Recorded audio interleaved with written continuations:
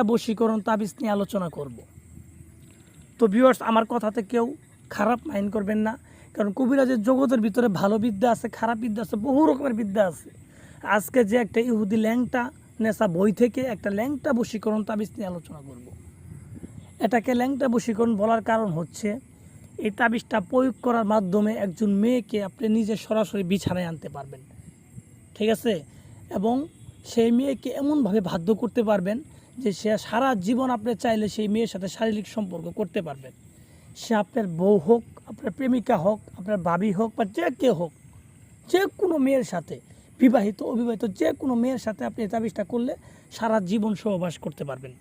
এবং এই সহবাসের জন্য আপনার তাকে বলতে হবে না, সে আপনার কাছে চলে আসবে, সে আপনার কাছে চলে আসবে। এটা এরকম একটা নোংরা বশীকরণ বিদ্যা। তো এগুলা আমি আপনাদের বলবো না করার জন্য, যাদের এগুলো প্রয়োজন তারা করতে পারেন। যারা একান্তভাবে বিপদে আছেন, একটা মেয়েকে বশ করতে চান, ঠিক আছে, আপনার প্রেমিকাকে বা আপনার বউয়ের সাথে আপনার ভালো সম্পর্ক আছে, সব সম্পর্ক আছে, কিন্তু সে আপনার সাথে সহবাস করতে রাজি হয় না, বা যদিও করে সেইভাবে আপনাকে সময় দেয় না। তো আপনি চাইলে কিন্তু এই তাবিজটার মাধ্যমে তার কাছ থেকে সময় আদায় করে নিতে পারবেন, ঠিক আছে? আপনাকে তার ডাকতে হবে না, আপনাকে সে ডাকবে বিছানায়, আপনাকে ডাকবে।